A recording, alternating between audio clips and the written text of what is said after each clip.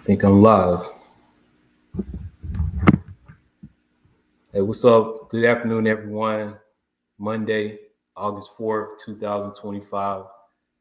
First time getting live on here in a while, I think since maybe NFL or NBA season. Definitely first time being on here for MLB. But I was off from work today. I had some time to kind of go over the slate and make some builds. So I just kind of want to share a few quick thoughts. And if anybody have any questions, definitely just type the questions down there, and I'll answer them as best as possible. Before I get started, I'm about to just test this out, see if I can comment on YouTube and see if it'll show up. I haven't been on this thing in a while.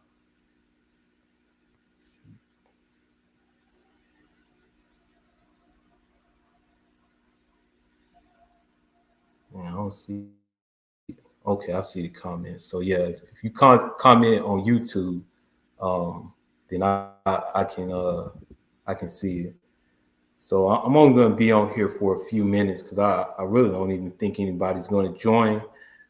But you will be able to see this in the group. Well, you can go to the link in the group and check out what I got to say.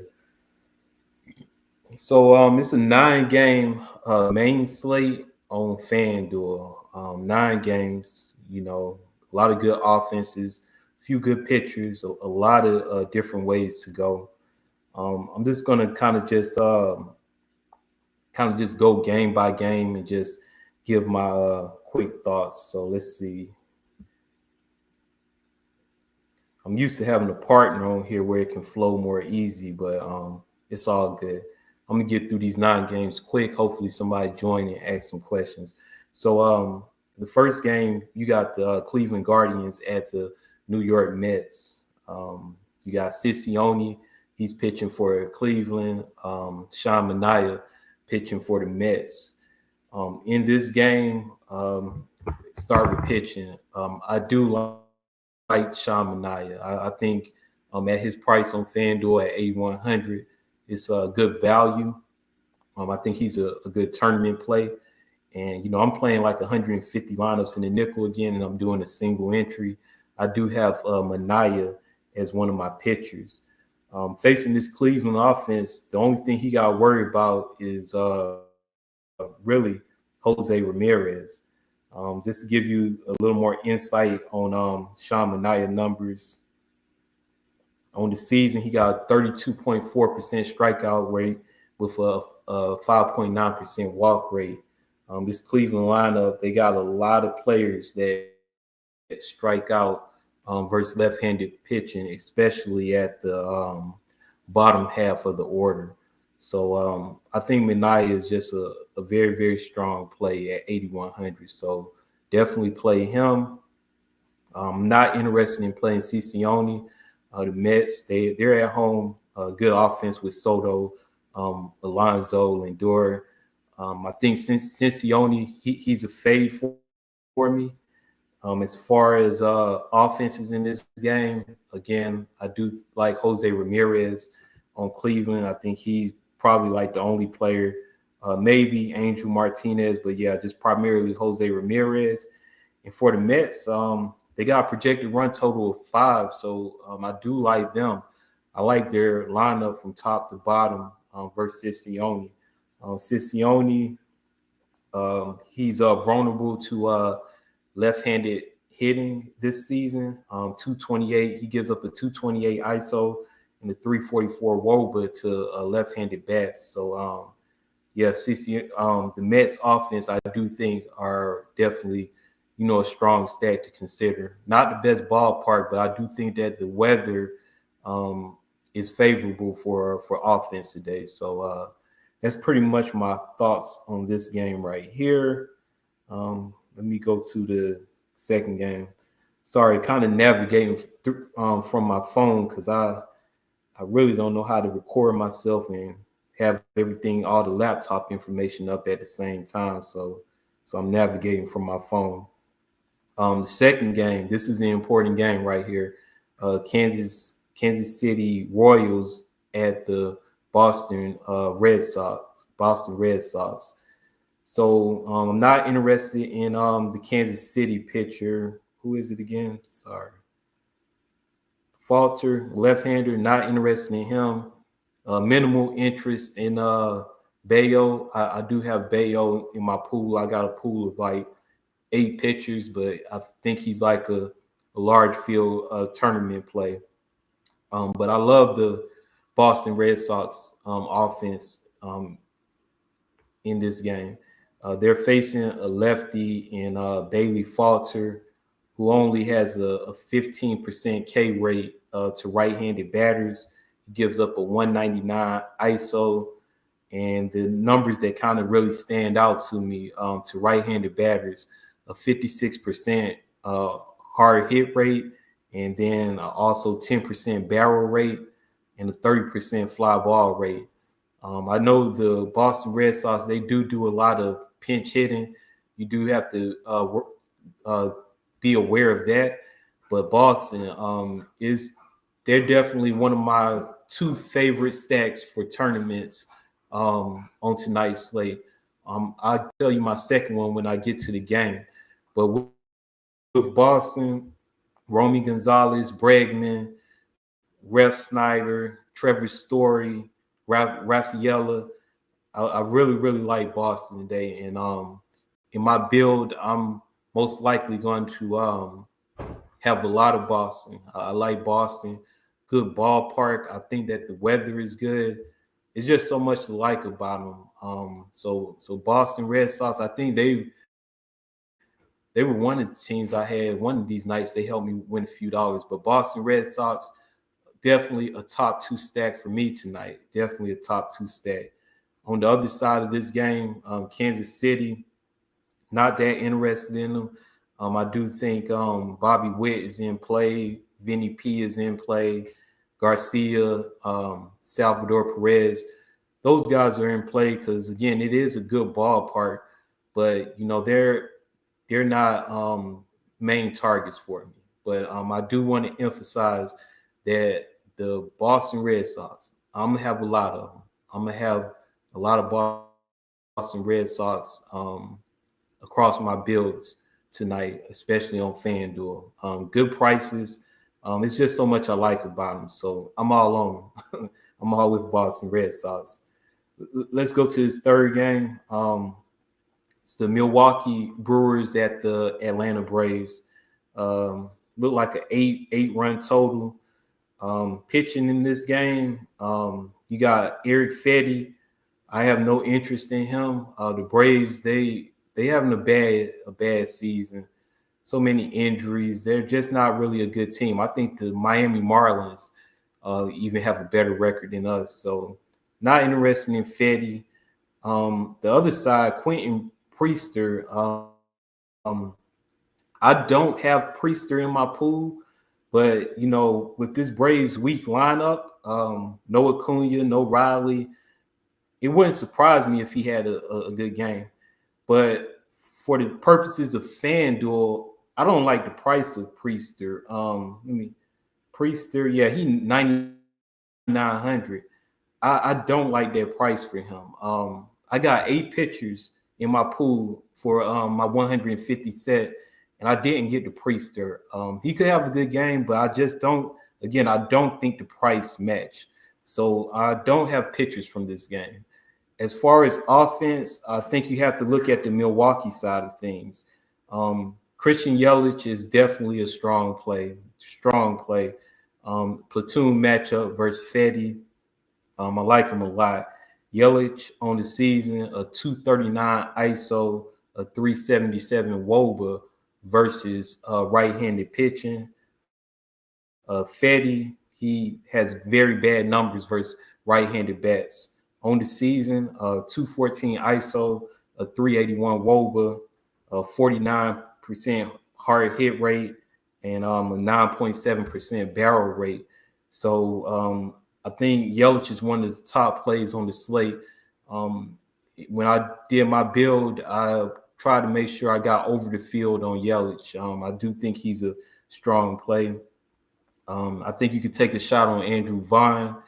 And when I was doing my research earlier, William Contreras, he got good BVP numbers versus Eric Fetty. I want to say he like 9 for 16 or 7 for 16 with 2 home runs. So just the history with Contreras, I think he's a bat that's in play as well. So also want to point out, pay attention to the weather. As y'all all know, I'm here in Atlanta, boots on the ground. It's been raining all day here in Atlanta. Now, Truist Park, it's up there, like northwest of the city in Smyrna. So I'm not sure if I know it's been raining all over Metro Atlanta, but you definitely check the weather reports because it could be some delays. I'm not no Kevin Roth or anything like that, but you do want to pay attention to the weather. When I checked the weather for Truist Park, it was saying less than 1/100th of an inch of rain around the game time hours. So to me, that was an indicator that they'll probably get the game in. But weather aside, Christian Yelich is definitely a strong play in this game. Pitchers definitely. I'm not looking at any pitchers. Let's move to the next game. And if y'all got any questions, man, please type the questions down there. Type the questions so I can feel like I'm interacting with someone. Type something. Next game, Cincinnati Reds at the Chicago Cubs. Now, this is a game that you need to pay attention to for all you sharp DFS players because their total is like 7. And the reason I think the total is that low is because I was reading on Roto Grinder's weather report that the wind is supposed to be blowing in. I forgot how many miles per hour, but when you have that wind in Chicago at Wrigley Field, when it's blowing out, you look at the offenses. When it's blowing in, you definitely consider the pitchers. And the wind is supposedly supposed to be blowing in tonight. I think the over-under run total of 7, that's a strong indicator of that. So with that being said, I do have interest in both pitchers for this game. You got Nick Lodolo. He's the highest priced pitcher on FanDuel. Is it 10-2? How much is he? I'm on my cell phone, guys. I'm going to get it together. He 10-4. And then you got Mike Soroka, who's 7,800. Little narrative. Today is Mike Soroka's birthday. That's something else that goes into my research. Every day I play, I look up what player birthdays it is, just trying to gain a little edge. But Nick Lodolo on the season, 23.5% strikeout rate, 4.6% walk rate. Pretty good numbers. You look at his game log, he been doing his thing the past few games. And he's facing a strong offense in the Chicago Cubs, but they only have a implied run total of like 3.88 runs. The Reds on the other side, they got implied run total of 3.3. And I think Ellie De La Cruz is probably the only player that Soroka, need to have to worry about. Soroka, like I said, it's his birthday. This is first game with a new team, a team that's in the playoffs. He need to turn up. He need to turn up tonight. But at Soroka's price on 7,800, I like him a lot because with this being a chorus slate, and then you got a game in Arizona, it could be a high scoring slate on FanDuel where scores get into 200, and a salary price like Soroka is it'll give you that salary relief to get the bats that you need. Hold on, I'm gonna send a text message. Sorry about that. But yeah, so I do like Soroka. I do like Lodolo. I think the weather is gonna just be favorable to the pitchers, and they can put up good fantasy scores. Offenses, again, Ellie De La Cruz on Cincinnati. Yeah, he in play. Even if he don't like hit a home run, whenever he get on base, it's strong stolen base upside. With him. So he probably the only one I like on Cincinnati. Um, you keep on texting me. Hold on. Give me one moment. Ain't nobody watching anyway, but just give me one moment.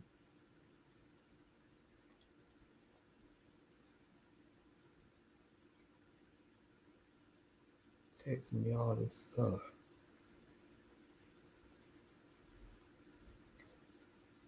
All right, yeah, I'm back. Chicago Cubs. Um, I got a little bit of them in my 150 set, but that's just because they're known to be a strong offense. My thinking was like I like Suzuki. In a platoon matchup, I do like Suzuki. I know Pete Crow Armstrong. He didn't make the lineup tonight, but I feel like with Chicago, if you play them, if you multi-entering, just put them all in the stack. Make sure they all in stacks. Like if you playing a mass multi-entering, because this game the offense could be non-existent, and if you got them Cubs, you just want them all to be in one lineup and not mess up a bunch of your lineups. So yeah, that's the key thing to pay attention to about this Cubs and Reds game. The weather, the wind blowing in at Wrigley, low over under total at 7. Both teams got implied run totals less than 4. So I think that's more of a game for pitching and less for offense. And I'm gonna keep it moving. New York Yankees at the Texas Rangers. It looked like a 7.5 over under total. The two pitchers are Max Fried and what's the guy name? Patrick Corbin. I do have interest in Fried. I know Fried, he had a really good game in his last start. Let me see. Yeah, 51 fantasy points. Yeah, he balled out in his last start versus Tampa Bay. 62 thirds innings, 9 strikeouts. Texas, they not really a good offense. They got Corey Seager. That's about it. So yeah, Seager at 9,700. He's in play. He's one of my 8 pitchers in my pool of 150 players. So yeah, I do like Max Fried. I think I might have said Seager, but Max Fried, he's definitely in my pool. Patrick Corbin, he hasn't been as bad as he's normally been. He didn't make my pool, but I wouldn't hate it if you played them because over the weekend the Yankees they look pretty bad versus the Miami Marlins. I know like at least one of them games, maybe 2 of them the games, their offense just was shut down. And I know a lot of people like to pick on Corbin, but like I said, he hasn't been that bad this year, and he's at home. So I don't have Corbin, but I don't hate the ideal of possibly mixing them in. I just kind of stayed away from it because I would take Sean Manaea at 8,100. I just around that price point, I just go with Sean Manaea. So that's me. Now for offenses, like I said, Texas, the only person I got is Corey Seager. That's it. I don't have nobody else in their pool. And then the Yankees, I think I got everybody in their lineup in my pool because they can go off. I looked at the BVP earlier today, and I think career versus Corbin, it got to be at least 5 or 6 or more home runs. I think Stanton got a couple home runs. A lot of guys got home runs versus Corbin.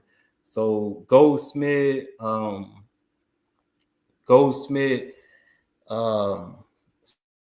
Stanton. Who else they got? Let me go to this real quick. Sorry, Yankees. but they're not my top stack. Oh yeah, they got these new players they traded for. Austin Slater, who's like he smashes lefties, 282 ISO on the season and 79 plate appearances. They got Ahmed Rosario. So I do have all of the Yankees lineup in my pool. And just for full transparency, like 150 lineups, I think I got 102 players in my pool. I think I got eight pitchers and like 94 batters. Like, I mean, that's just how you have to do it when you when they give you 150 opportunities. Take advantage of it and just try to get to the top.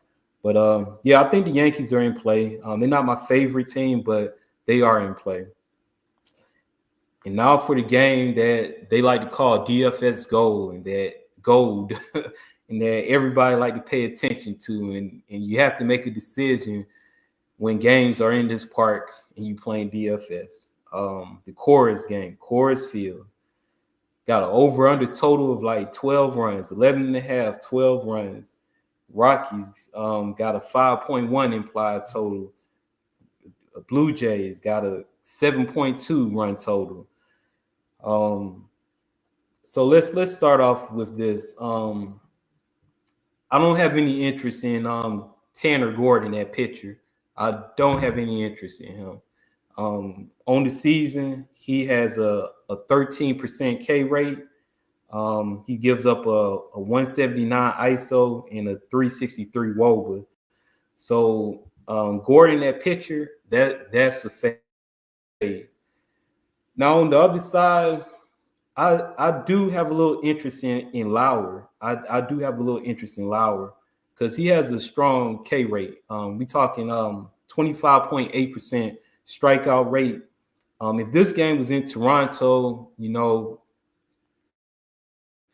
people would have more interest in Eric Lauer. And then you look at the price differences between sites. I think that says something as well. I think Lauer maybe like 6,600 on DK. On FanDuel, this man is 9,800. So that says a lot. I do think he's in play. I do have some of Lauer in my pool.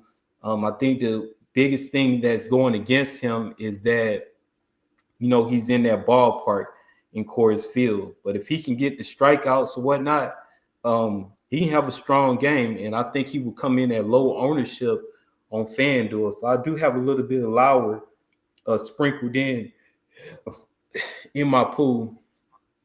Offense, both sides of this game, the offenses are viable. I don't really like Colorado that much. I think that, again, they're in play mainly because of the ballpark. But Toronto, I got all of them in my pool, 1 through 9, with Vladimir Guerrero being like the top play, and Addison Barger. I think those two guys are definitely strong plays, and I like both of them. I like to get exposure to a lot of them. But again, 1 through 9, Lukes, Loperfido, Bichette, just 1 through 9. If you're doing 150, if you mass entering, definitely get a lot of exposure to Toronto. For me, when I was kind of doing some early crunches and early builds using an optimizer, before I made any specifics and set specific rules, when I ran crunches, they gave me a lot of Toronto and a lot of Colorado. I like to kind of see what the optimizer would give you before you put your own sauce on it. And so after I saw that, that's what made me kind of go to Boston, because it was like they didn't give me a lot of Boston. So let me force the optimizer to give me Boston. So I say all that to say is I do think Toronto is going to be chalky, and maybe Colorado, and you have to find ways to be different. But yeah, Boston, that was my one of my top 2 teams. I'll be getting to the second team. But yeah, this is definitely a game you want to get a piece of. Great ballpark. great weather, a bad pitcher on the Colorado side. So yeah, Toronto, they are in play for sure. Next game, Tampa Bay Rays at the Los Angeles Angels. Look like an 8.5 over under total. Two pitchers are Kikuchi and who pitching for Tampa? Oh, Hauser. Okay, Adrian Hauser. So I start off with pitching. No interest in Hauser. I almost put Kikuchi in my pool, but I think I left him out. I can't remember. But in this game, I like the Tampa Bay side. Two players in particular. I like Yandier Diaz and Junior Caminero. I like those righties versus Kikuchi. Like Kikuchi, he made the All-Star team, but he will give up some hits, hard contact, and he will give up production to the right side of the plate. So those two guys in particular, Diaz and Caminero, I do like both of those guys. And the Angels side, the Angels, they like a hard team to figure out. They're so heavy right-handed, and they got Mike Trout, Taylor Ward, Zito, but sometimes they don't even do anything. In my 150 set, I did put a lot of Angels in my lineup, but I don't have a lot of them. But they do have the habit of going off, especially at home sometimes. So I did get a little bit of exposure to the Angels, but not anything that I'm heavy on. We almost there. Two more games. San Diego Padres at the Arizona Diamondbacks, a 9 over under total.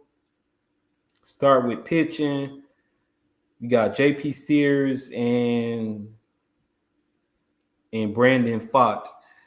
So no interest in Brandon Pfaadt for me. No interest in Brandon Pfaadt. But I do have slight interest in JP Sears. Sears, his metrics on the season are bad. They're not good at all. But Arizona, they traded away some players. They traded away Naylor. They traded away Suarez. I don't know if they traded away anybody else. But I feel like Sears, he only had to really kind of worry about Ketel Marte and Corbin Carroll. I think if he can, get around those two guys, he has the potential to have a decent game. And what was going to be my other point? Oh, his price. His price is value. Is it like 7,000 on Fanduel? I can't remember what it is on DK. But I might have a lot of Sears. The way I'm trying to build my lineups, I may have a lot of Sears. I'm gonna run some crunches right after I get off of this, but I may have a lot of Sears. Now, offenses, this is where my second favorite stack is. San Diego Padres. I really like them. I'm looking at the metrics for Brandon Pfaadt, and to me, it really stands out as an opportunity to attack him. He gives up a lot of hard contact, about 55% to left-handed batters, 54% to right-handed batters. The barrel percentage is high on both sides of the plate. Give up 13% barrel rate to lefties, 12% barrel rate to righties. The strikeout numbers aren't that high. So I put the full bump on San Diego on my bill. Tatis, Machado, Merrill is my favorite play. I didn't know until today that they have Ryan O'Hearn. But, in that ballpark on the road, you get a full 9 innings of at-bats from the team. I like San Diego a lot. So San Diego and Boston, two favorite stacks. I'm definitely going to try to load up on both of those teams.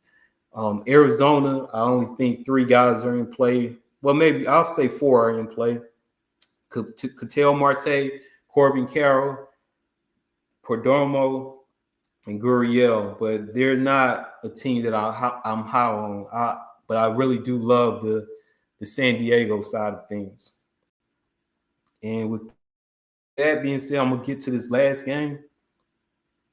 St. Louis Cardinals at the Los Angeles Dodgers. Look like it's a 8-run over/under total.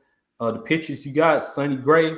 I have no interest at all in Sonny Gray. I just think this may be the time of the year where he shows regression, and it was one of his last 2 starts. He was pretty bad, and I'm not playing him versus the Dodgers.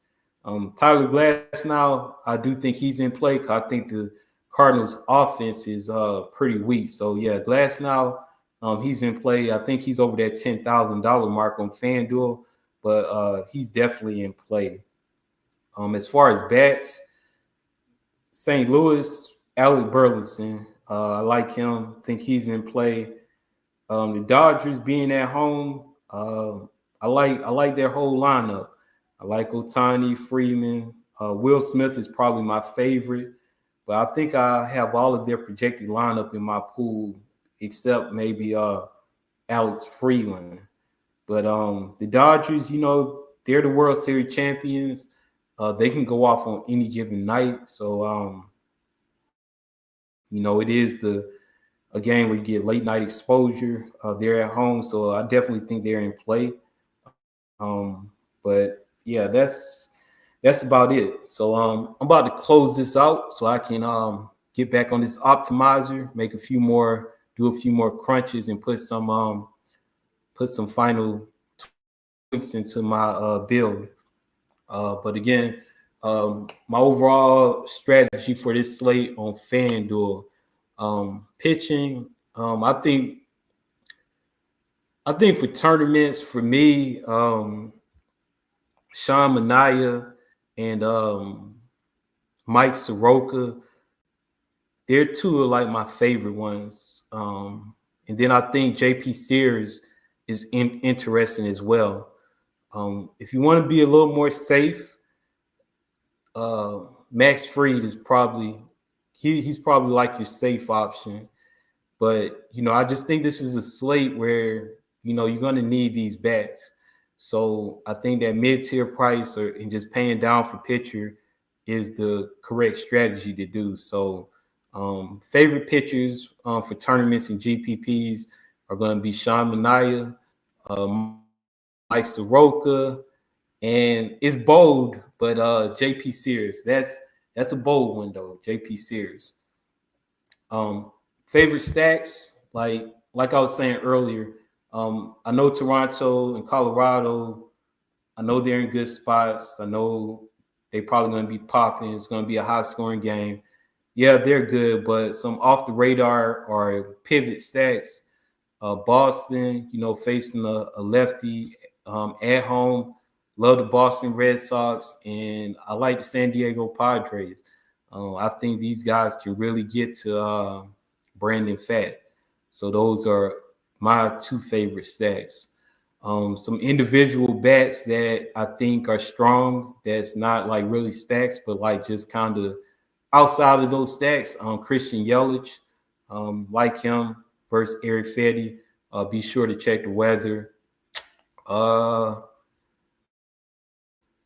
think that's about it. I think I'm gonna sign off. That's my strategy. I'm gonna post some things in the group, and just trying to get back to this, man. But that win on Saturday afternoon, taking on that GPP, being first place out of 40,000 plus people, it gave me motivation. It motivated me to get back in this and do my thing by promoting this brand. So I'll be on here doing the baseball every once in a while, but I'm definitely going to try to stay focused and do more for NFL season.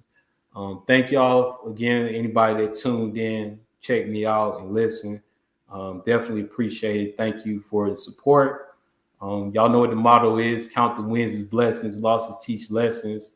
Good luck to everyone tonight, and hope everyone is able to win and be profitable. All right, I'll catch y'all later.